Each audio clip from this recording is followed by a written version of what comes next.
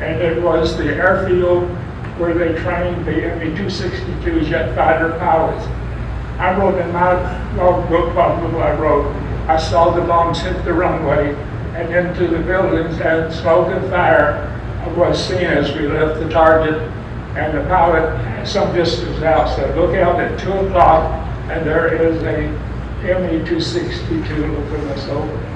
But at that time, they were careful whom they attacked. So here I am, as of 22nd, 100.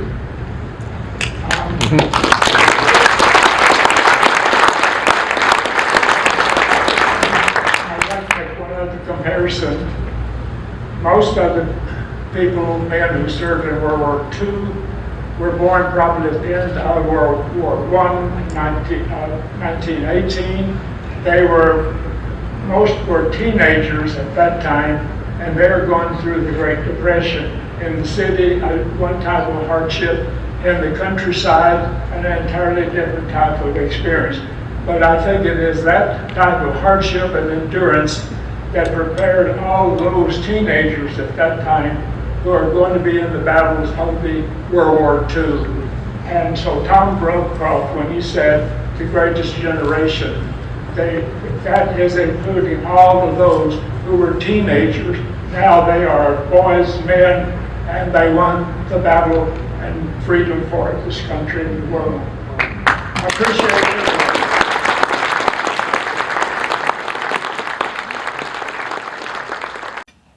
That is significant to anyone, and it's significant to you. But your coming here and commemorating your loved ones has meant something to you, and it has helped you in your life and your experiences. Life is worth living. And I looked at Mount Rushmore, and I saw George Washington. There he was, the first one. George III said, if he does not seize and become king, he will be known as one of the greatest men of the world. And so he started our country as a democratic and a first president.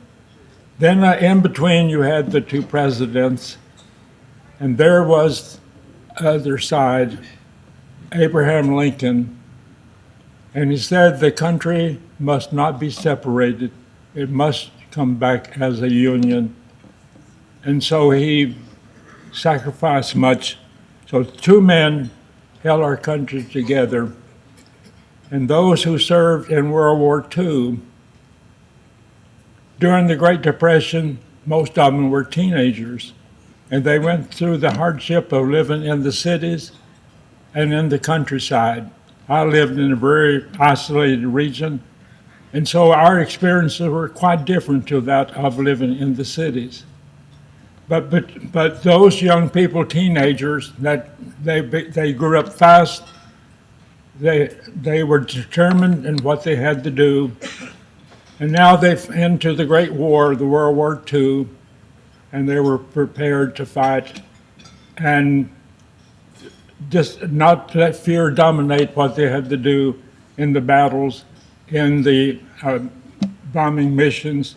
When shells explode in the sky and you're going through that and you cannot turn back, there's resolution to determine to do, and this country preserved freedom, the Declaration of Independence, life, liberty, and the pursuit of happiness.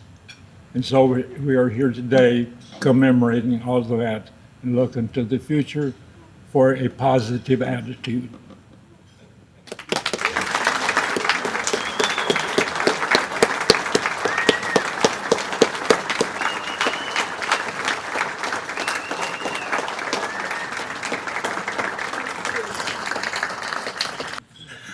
The next one we want to honor is somebody who's been very, very helpful to us.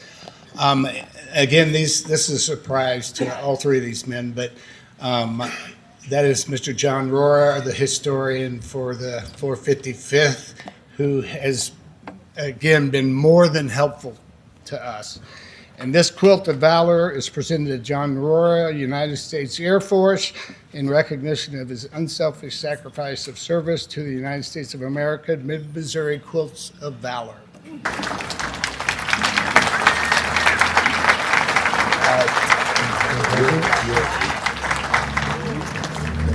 Here we got Not Hi John. Sorry, Sanford. That's good.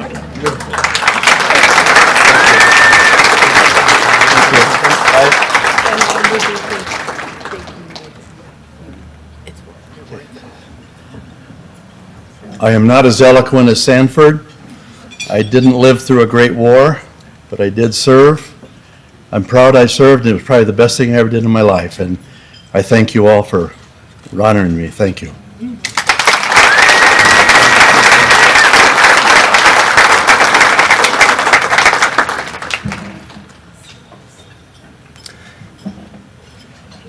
And last but certainly not least, a man who has made every one of us feel welcome. He's went out of his way to serve. And if I grow up, I'd love to be like Mr. Dave Blake. So, Dave, please come up.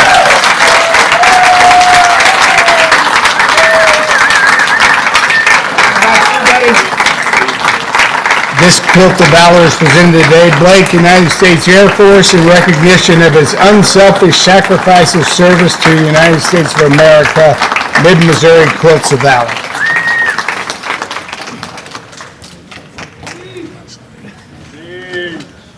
Oops, sorry. Beautiful. Really, really is. Wow. It's yours. And we need some words from Dave.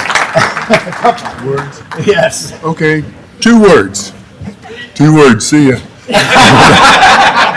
No, seriously, I don't deserve that. I haven't done anything. I sure haven't done what he did, or John. But thanks very much, guys. I appreciate it. You guys are the best.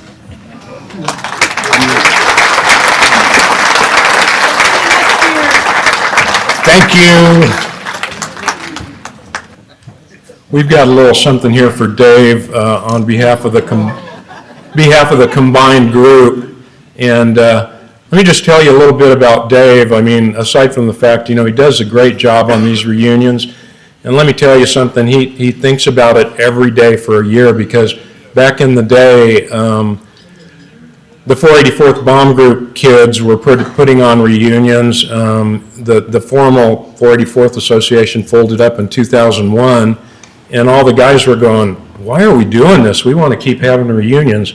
And it was early, but the 484th was a nonprofit corporation, and the guy that was running it, his health was starting to fail a little bit. He didn't want to leave his wife with that open, nonprofit corporation, so he said, we're closing this thing. So anyway, that's when the second generation stepped up, and a lot of us put on reunions for a couple of years.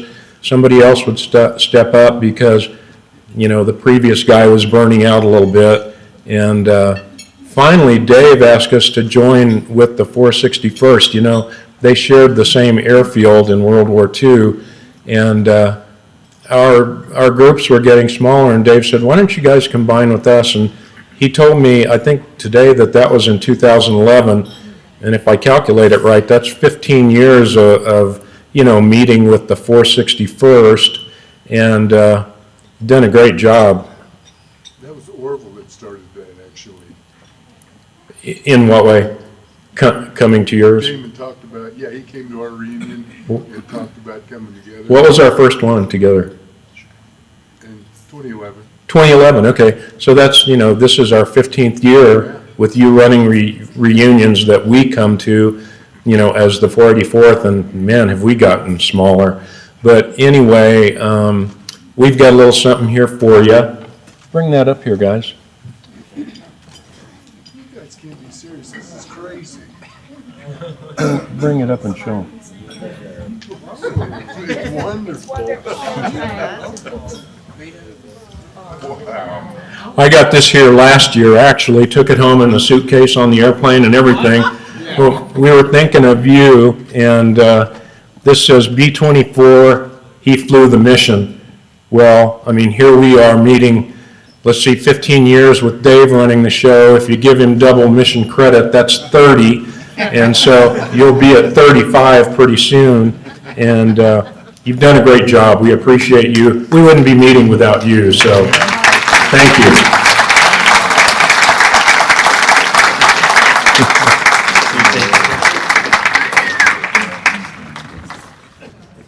There's a skinny guy running around taking pictures. His name is Jack Quirk, and last year he recorded the speakers and the events at the reunion and put it on YouTube, which I think he's planning on doing the same thing this year.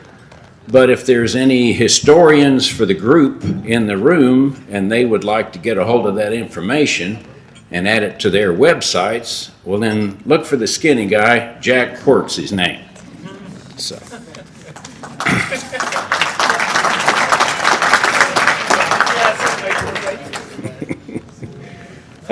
Well anyway, just a few notes here. Let's see. I've been coming to these 370s. I'm not like Mr. Jones. I have to have notes. So, but hats off to him. I've been coming to these 376 reunions since 1995, and at that time there were about 400 veterans and their wives attending.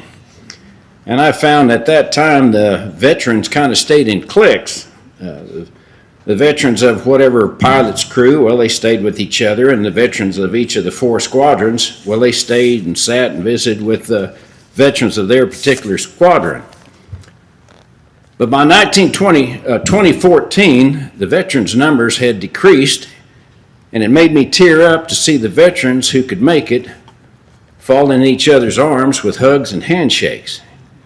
Didn't matter what position they had, what crew they were with, or what squadron they had served with, or what time.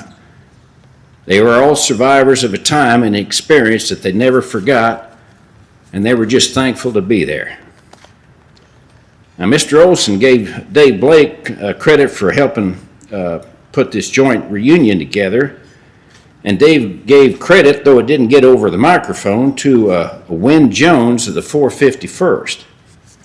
Now, Wynn Jones was a veteran and a top turret gunner who had more energy and foresight than I could carry around in a bucket. He was like a dog on a bone, and he just kept calling me over and over, year after year, encouraging me and the 376 to join up with other groups for a reunion, till I finally went to a joint reunion with him and others in 2013 and 2014. And that's why the 376 is here today. Now, each group has something to offer, and it brings strength to this joint reunion. The 451st has Jonathan Tudor, who took Chuck Parsonson's manuscript across the finish line, and we now have Chuck's book available to buy and read for sale in the PX.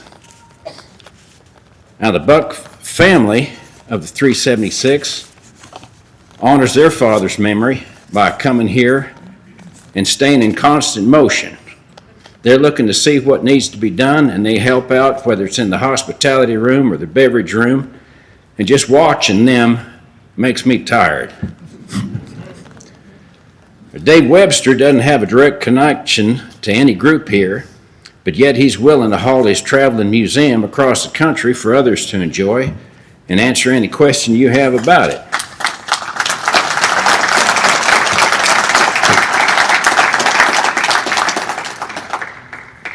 Now, the 449th girls and their PX smile and they get you to reach into your wallet. I'm glad they're not selling pickup trucks.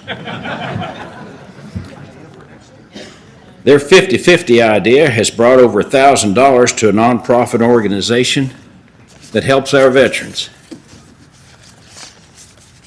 Now, Jerry Weinstein of the 485th takes his pictures in the memory of his father across the country. He spends hours for days with them, carefully mounting and posting them up and then tucking them away again till next year.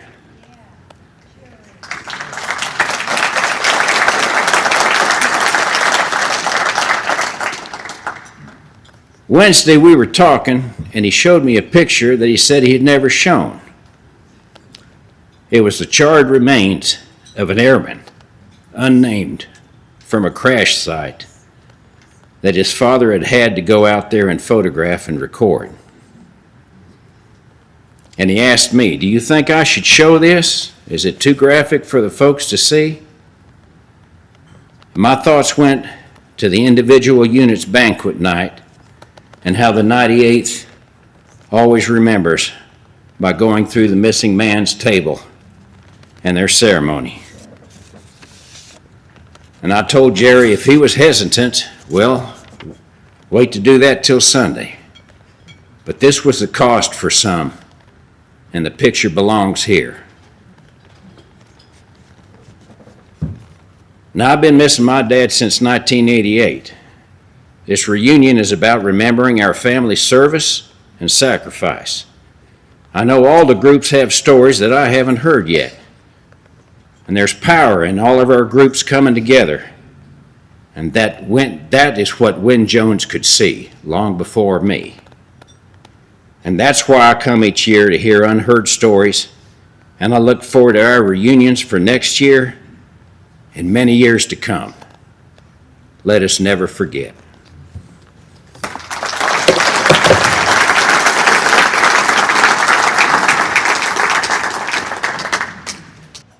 And one last thing before we close it down.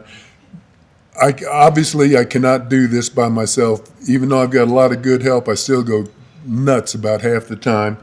I just wanted, and this is in no particular order, it's just the way it came to mind, but the people that helped me out, and I mean, they've got what I call a servant's heart, and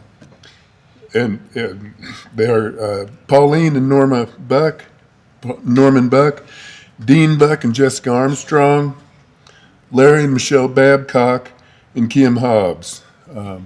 Couldn't do it without them.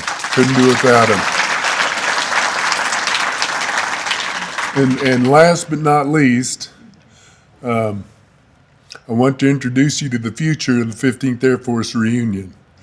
I've got some health issues that are going to force me out sooner than later, so we'll do it sooner.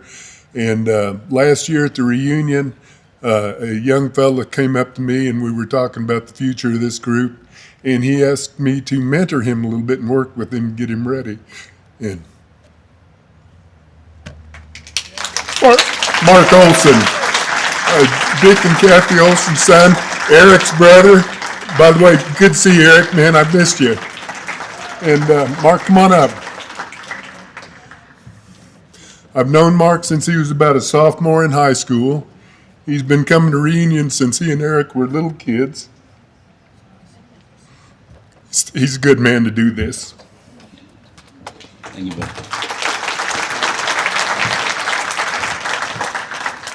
Hello, everybody. Can you all hear me? Okay, good. Let me know. Just shout at me if you can't hear me. My name is Mark Olson. I'm with the 484th Bomb Group. My grandfather was a co-pilot in the group. I've been coming to reunions since 2003, so I know what they're all about. I've seen how they've progressed. I'd really like to keep them going if possible, and I'm more than happy to throw my hat in the ring, and I'm more than happy to work with any and all of you about where we go from here.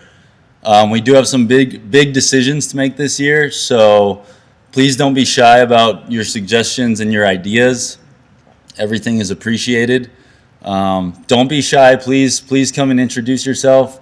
I think there's a lot more people here now that I don't know as the groups have expanded, and our group has kind of been whittled down to like less than 10 people. So excited to meet all you guys and kind of figure out where we go from here. And I'm just really excited. I think it'll be a really good reunion, and I look forward to getting to know you guys and just trying to keep this going if we can. And if not, ending it with dignity and going out with a bang, I think is the alternative to not keeping it going. So Yeah, again, Mark Olson, 484th Bomb Group, and I'm happy to see that all you guys made the journey. It really warms my heart.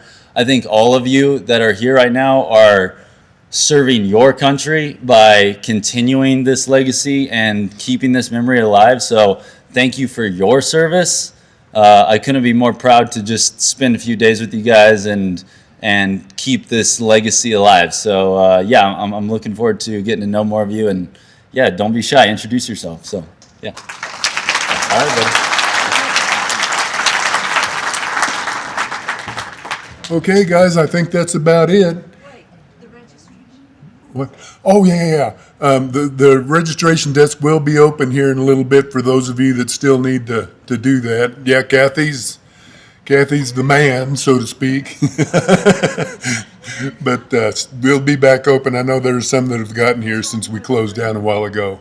Someone's asking where the room is. Oh, it's in that display room where Dave Webster's got his display set up right across the hall from the bar.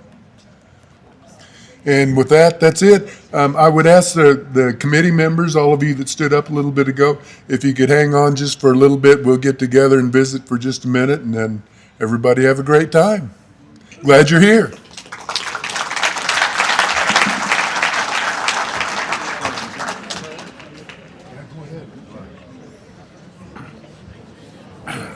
Well, did y'all get enough to eat? Okay.